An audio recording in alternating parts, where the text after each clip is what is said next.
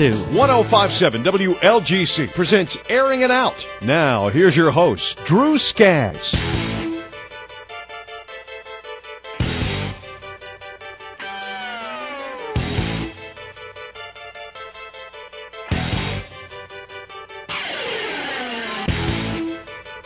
This is Airing It Out, broadcasting live from the palatial studios of 1057 WLGC, located 2 blocks from the always crystal clear Ohio River. Welcome to the show this evening. We've got a lot to talk about. Last show was kind of a downer. It was. I got to be honest with you. So I thought to myself, I need to uplift the show a little bit. It had to be done last show, but this show I want to be a little more uplifting. And this is the best time of year. You know why this is the best time of year? Not just because Turkey Day's right around the corner, and then Santa. Yeah, you know what the best? College basketball has started. That's right. Now, as you're well aware, me as a graduate, or it would be I. Which one? I and me, both. Me and I, both of you, yeah. As a graduate of the University of Kentucky, I understand that college basketball is the University of Kentucky. University of Kentucky is college basketball. You see how that works? Simpatico, both of them. It's a vice versa. You can't have one without the other. So with us on the line, bearing that in mind. Now, I'm very leery, to be quite honest with you, okay? I love the book they sent us, 100 Things Wildcats Fans Should Know and Do Before They Die. Now, you know, nobody really wants to talk about dying, but that's what it's entitled. Here's why I'm leery.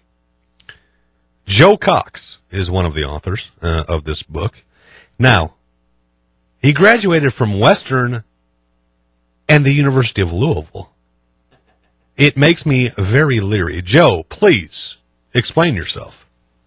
Oh, gee, that's tough. I mean, what a way to start. Well, you know, listen, this is not going to be a softball interview, Joe. Yeah, I hear you. Yeah, I know. You're with me. It was purely business. I went to WKU because they let me go there for free. And U of L, the law school battle, it was U of L and UK. And actually, I'm going to tell the truth on that, and I kind of caved to my wife on that one. She was teaching school. I was a law student. She was paying the bills, and she said there are more jobs in Louisville than Lexington. And I said, whatever you say, honey. Baby, whatever you say, yes. Honey. Yeah, listen, exactly.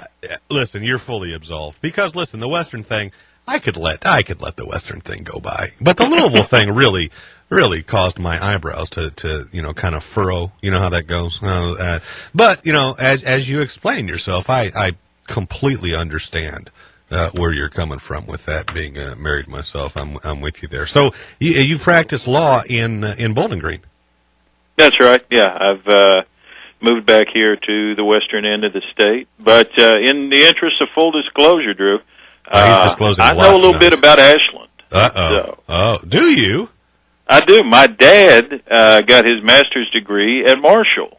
Oh, okay. And I grew up in the metropolis that is Jenkins, Kentucky. Sure, I lived there until I was 13. And so when he was in grad school, we'd head up Route 23, my mother and I would, on the weekends, and come up here to Ashland, Huntington, and God's country. Hang out and see the sights. Yeah. So, yeah. So it didn't take you very long, did it?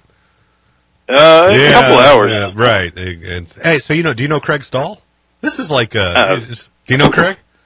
I don't. What? Well, you need to get around Bowling Green a little bit better.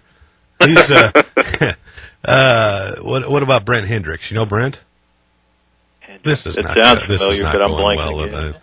well. You just don't get out very much in Bowling Green. It's that law thing keeps you tied down. It does. So let's get beyond all of this. All right, listen. You and Ryan Clark have written a book called 100 Things Wildcats Fans Should Know and Do Before They Die. Lovely book, by the way, as well. I mean, I haven't read it, obviously, but very cool book cover. You know what it makes? It makes a perfect stocking stuffer. This could fit very nicely into Santa's sleigh. right? It does. It fits perfectly, and at $14.95, it's not too much of a pain in the budget. No, so I agree entirely. Well, I mean, it is Kentucky basketball, so that's a bargain. Kentucky fans are willing to pay just about anything for a good book about their Cats, myself included.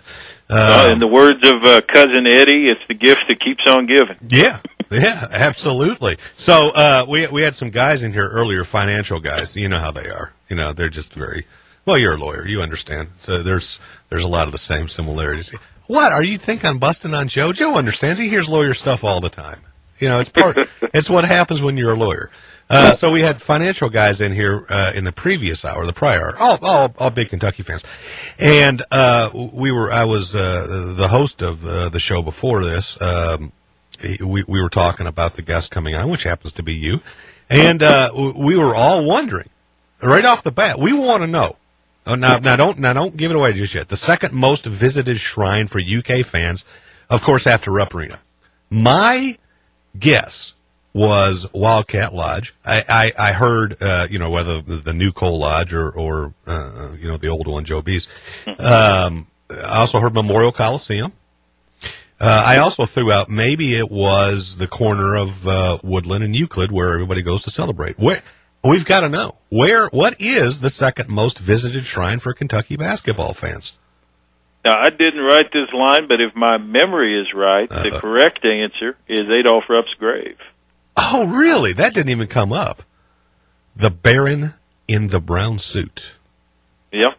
Oh, that's the one. Well, there you go. That didn't come up. So that's a nugget of information that escaped us while we were guessing. So why'd you come up first? Before we get into this, Joe, how can one go about getting this book? Well, I encourage anybody who's interested to head to their local bookstore and hopefully find it there. And if you don't find it there, bang your fist on the counter, make a lot of noise, and tell them to get it there. And in the meanwhile, if they don't have it, Amazon.com, BarnesandNoble.com, all those sorts of places have it. The usual suspects. Exactly. So this is your first book? It is my first. Yes, Ryan's fourth, but my first. Well, I'm always amazed by authors because I love to read, but I always think to myself, how do you come up with, in this case, 100 different stories, but like in novels, and that, how do you come up with a story that intertwines with that, and makes a story? As a first-time author, that had to be daunting. It wasn't. It's big when you look at it big, but it's kind of like, I really know nothing about this. I'm going to throw out a term, and I hope that I'm using it right. I guess pointillism is the art term, where you make a picture full of little tiny dots. And in this case, I just made a lot of dots, and the dots together, form the picture. And making a dot's not that hard. It's not that daunting. It's when you look at the whole picture, you go, holy cow, that's a lot of work. And it does look like a lot of work that way, which is good because, it makes you think I did something. But if you pick out one chapter and you look at it and you read it and you say, maybe I could have written that. And maybe you could. So. Well, I think I could have. I honestly say I say that because of this. A lifelong Kentucky basketball fan, a graduate of the university, have been fortunate enough to be personal friends with many of the subjects covered in this book. I guess the question what is your favorite story that you put together? One that I'm particularly proud of, just because there was a fair amount of legwork in it, was the chapter in there on Bear Bryant. And you're probably thinking, wait a minute, Kentucky basketball. This is kind of my one peripheral foray into football talk. And I'm looking at that time when the world had to seem golden in Lexington, when Bear Bryant was coaching the Kentucky football team and Adolph Rupp was coaching the Kentucky basketball team. And, that came to a pretty quick end. And Bryant always told a story that the reason that it came to an end is there was a year in the early 50s, it's 50 or 51, my memory does fail me a little bit here, when he won the SEC in football, and Rupp won it for, the umpteenth time in basketball. Now, and there was a big banquet. Now let me interject here. I've heard a story many times. Adolph got a car, Bear got a watch. I've heard watch and I've heard cigarette lighter.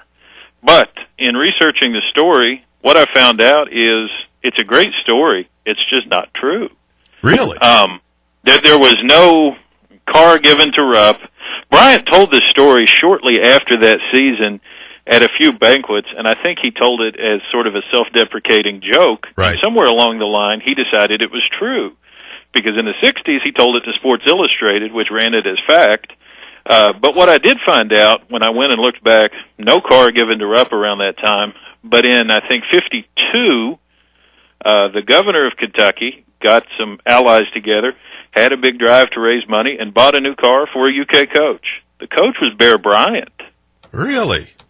Mm-hmm. Huh. So there you go. Turn the whole story on its head. Not only didn't Rupp get the car, Bryant got the car, but he left anyway. Typical of somebody that went to Alabama.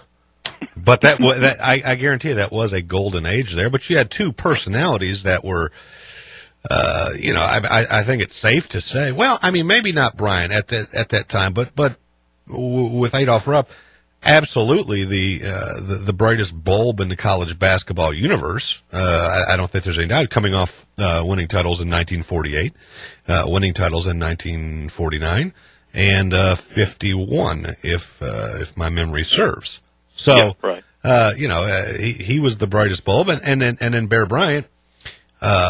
Did they officially win a national title in 51?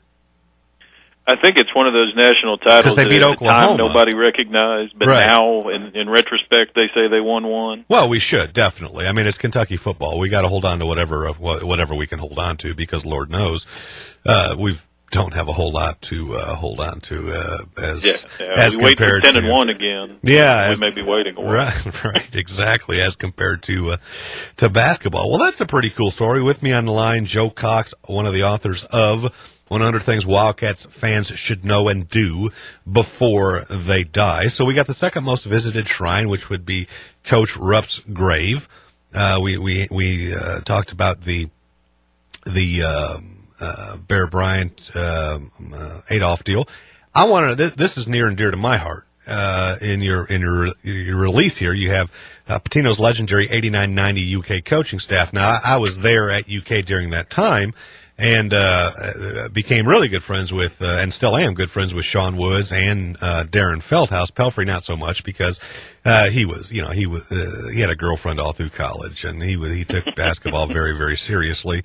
Not that Woodsy and Feldhouse didn't, but they like to have a good time every now and then. And John and then Richie was just Richie. But I want to hear about the 89-90 coaching staff. Herb Sindick, right? An incredibly overqualified 500 coaching staff there. They go 13-13 that year. You got Sindick, you got Billy Donovan, Tubby, you got Tubby Smith.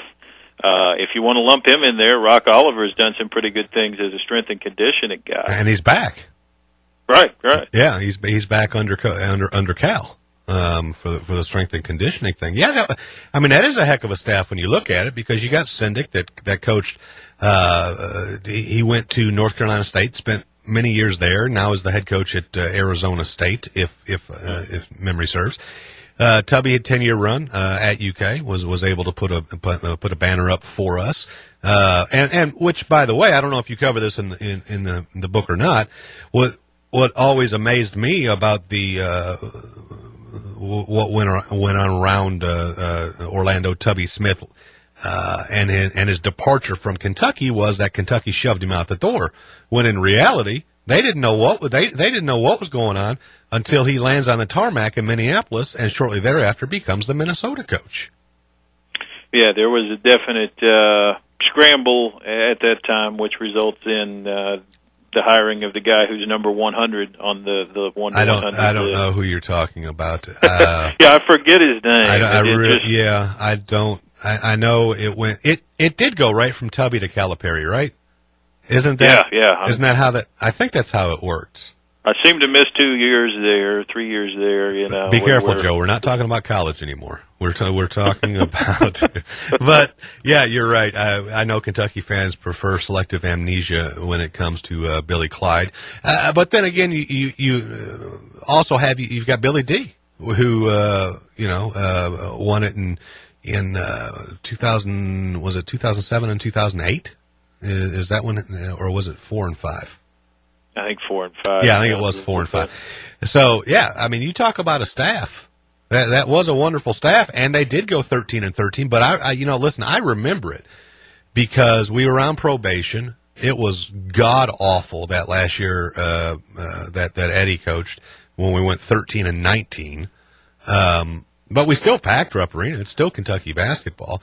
And then Pitino brings in this team that nobody expected anything from because you had LaRon Ellis leaving, you had Chris Mills leaving, Eric Manuel, who is the only one that got really nailed out of that whole deal, gone. All of these guys gone, and what was left was Kentucky kids, with the exception of Woodsy. But the most exciting 13 and 13 team that I can ever remember, especially at Kentucky, obviously. Oh, absolutely. A team that played way over its head, and I believe the team gets its own chapter in there as well. A lot of people think that Kentucky fans, are just judging things by the end point. Did we win the national title or not? Absolutely unfair to even suggest, because they got behind that team. Rupp was as loud that season, for my money, as it has ever been, because they knew that was a limited team, but those were guys who were leaving it all on the floor every night. Yeah, it's funny you should mention that. The LSU team that came in there that night, Stanley Jackson, Shaquille O'Neal, Chris Jackson, who later became Mahmoud Abdel-Rauf. That team was loaded, and I don't know if you were at that game. That is the loudest I've ever been in any college basketball arena. It was you couldn't even think it was so loud in there. I think we won 102-97, if memory serves me, that game. But yeah, it was an exciting time. I'm getting a dirty look from Jeff because I'm over on the time. Can you stick with us for just one more segment? Yeah, sure. Okay. With us on the line, Joe Cox, one of the authors of 100 Things Wildcats Fans Should Know and Do Before They Die. You're listening to Airing It Out.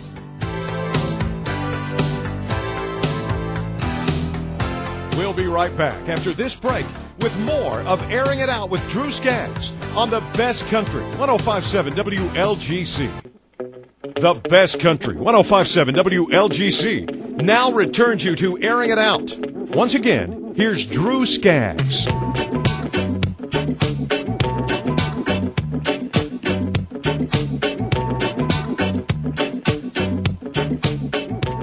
This is Airing It Out. Welcome back to the program. 1-800-551-1057 is how we can be reached if you have any questions at all for Joe Cox, who is our call-in guest. He is an author, along with Ryan Clark, of a book entitled 100 Things Wildcats Fans Should Know and Do Before They Die. Looks like a fantastic tome, right? Tome, isn't it? That's the proper... Maybe, I think, yeah. That you can get at your local booksellers. If you don't, ask them to carry it. And if not, there's always the failsafe, bn.com or amazon.com. It makes a wonderful stocking stuffer for Christmas, or hey, a Thanksgiving gift, because we are right in the middle of the college basketball season. Joe, we've talked about a lot of coaches. We have not talked about one coach, though. The current coach, the current emperor that sits on the throne that is Kentucky basketball, one, John Calipari. What's there to say? I mean, he just wins. He does. I mean, he does win. And the thing that I know about Cal, and of course you hear his public comments. I've been privileged and really humbled to get to know him on a personal level since he was named coach. And I can tell you that he's the same way in private. He is in awe that he is the caretaker of Kentucky basketball. Yeah. I mean, this is a guy who, particularly on the heels of he who shall not be named, the prior administrator who held the head coach title, the great thing from day one was just the knowledge that this guy gets it. He knows that people are crazy about Kentucky basketball. He knows the tradition that he falls into. He knows what the expectations are. He knows that he's expected to, always be on, that you can't just, turn the phone off when you're the Kentucky coach. And he's fulfilled it on a professional level, on a personal level. Who has a bad word to say about the guy except the people who lose to him? Yeah, of course the national perception is, slimy and all of these things that you hear applied to him by people that get their butts beat by him, and then they're surrogates in the media.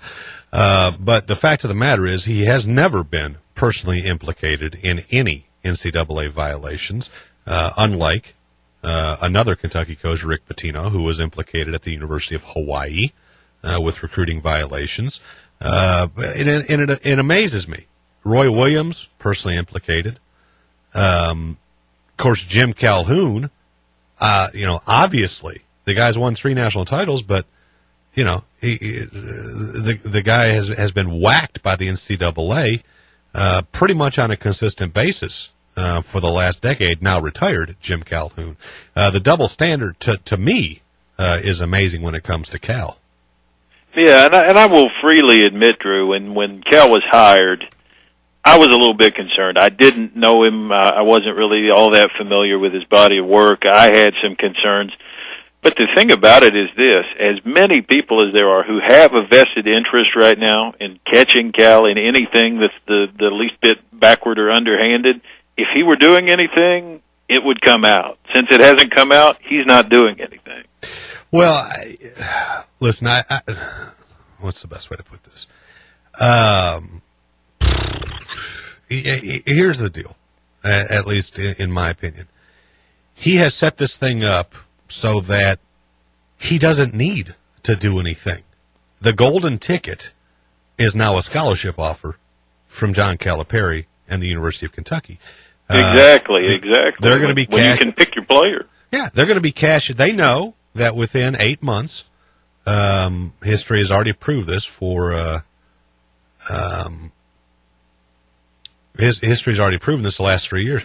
They're going to be cashing checks as first-round draft picks within 8 months. So there's no reason for him to do such a thing. And I am now. Listen, I don't view it through rose-colored glasses. I think if the NCAA were to come on campus and do an in-depth investigation of any program in America, high D1 program, basketball or football, they will find violations because of I would argue because of the ridiculousness of a lot of the rules that are in the NCAA book.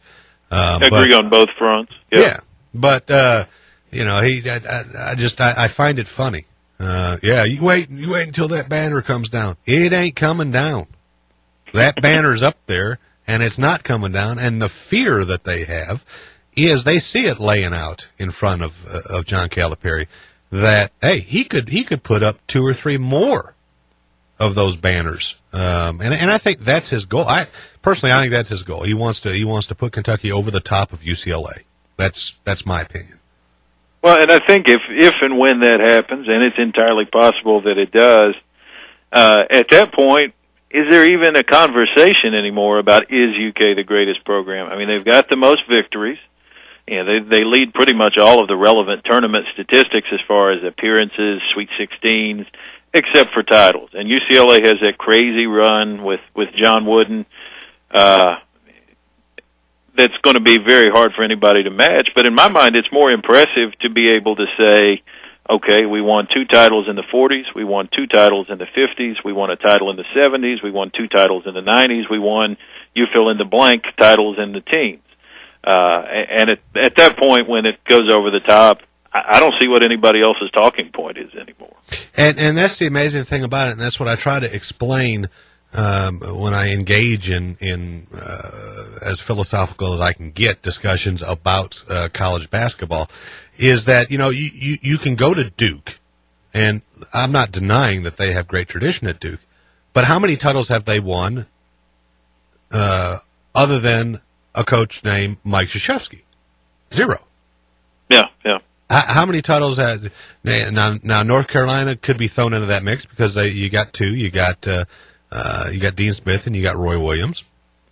I don't think Frank McGuire ever won a national title there. I might be wrong, but UCLA, you've got the Wooden years, and you got the 1 year that Jim Herrick won it, and then proceeded to get on Georgia, violations out the yin yang. But you can point to all of these schools, and Kentucky can say, hey, not only is it one guy that did it, we had 5 guys, 5 head coaches win national titles there or here, and I think that more than anything lays to rest who exactly is or has the greatest college basketball tradition. Absolutely. Agreed. And, I'm with you. I remember when Duke won their first national title. It's not been that awful long ago. And it's been a great program. But when Coach K retires in a few years, let's see what happens. I'll be very interested. Kansas and Carolina are the 2 that I would say have consistently been around, but they've both gagged up more than their fair share of March games, too. Well, you got Kansas, you got Self, and I guess when you look at it, you got Bill Self and you've got Larry Brown, but I think those are the only 2 that won there, right? Maybe one of the old guys. Maybe you're right. Maybe one of the old guys a long time ago. But they really have no, they have no response to that because it's the truth. And you can go to, and furthermore, you can go to North Carolina, and I could say, hey, listen, you got Carolina, you got NC State, you got Wake Forest, you got Duke, Indiana's got Notre Dame, Purdue, Indiana, Michigan State, Kentucky, as far as basketball-wise goes, except for that interloper down 64 here, known as Louisville, pretty much border-to-border support, which is, something you don't usually find in a state. No, that's true. And even outside the state, one of the humbling things about writing this book and now, going around and signing books for people, I'm amazed at how many people say, want a book to send to my brother who lives in Montana now, or my cousin who lives in Texas, or my son who lives in Virginia, and they're all these, rabid displaced UK fans. And look at Atlanta last night. Your volume button works as well as mine. That was a very partisan Kentucky crowd. They go everywhere. Yeah, they do. They travel better than anywhere. Dickie Vitale, baby. It makes that comment often, but it's the truth. And when Duke took the floor last night, usually you can hear boos, kind of as an aside. You're like, I guess there's some boos. That was loud. The booing as Duke took the floor last night, and of course I was very pleased that we could be so loud booing those Devils, literally down there from Durham.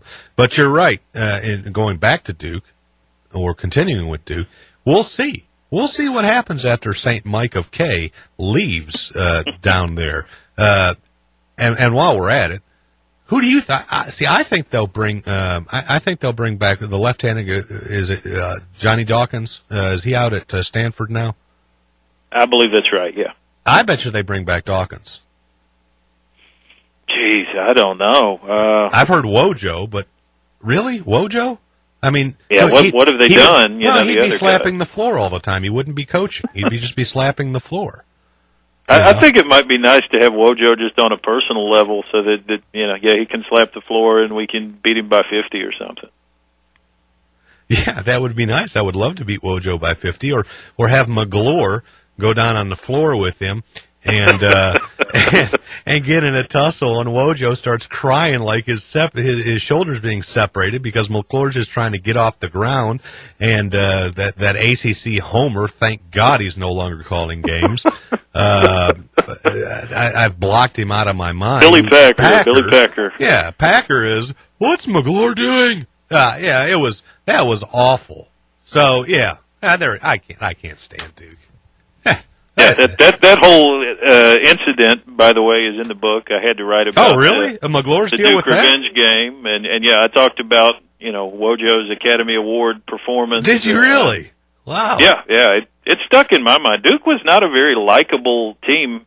What do you mean was? To me, but especially then. Yeah, well, they're not now either. I mean, because we're not here to talk about Duke. We've got to go. Joe, it's been really, really enjoyable. I've enjoyed talking to you about this. I could talk Kentucky basketball pretty much all night long. But if any of the listeners, once again, want to read about Kentucky basketball, the book is 100 Things Wildcats Fans Should Know and Do Before They Die. One of the authors here. Very pleased that he was able to call in and we were able to have a discussion with him. Joe Cox, thanks so much.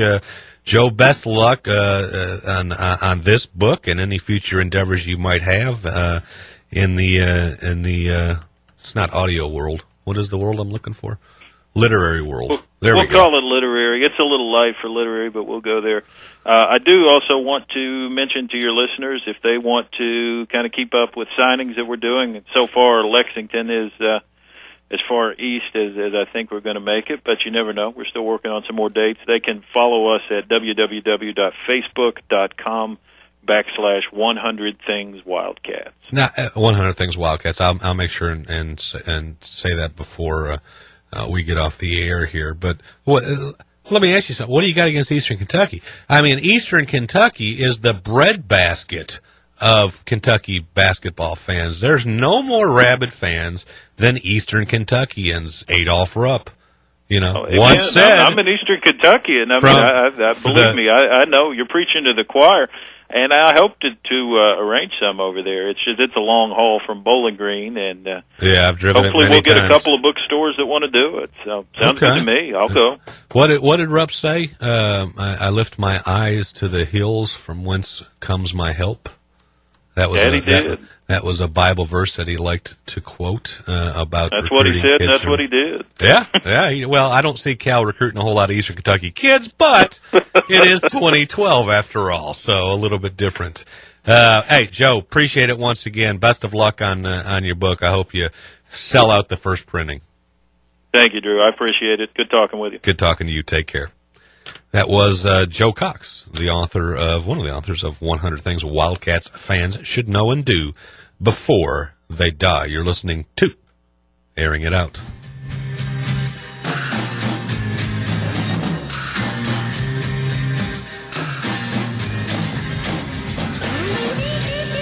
You're listening to Airing It Out with Drew Skaggs. The show will continue after this brief pause on the best country, 105.7 WLGC.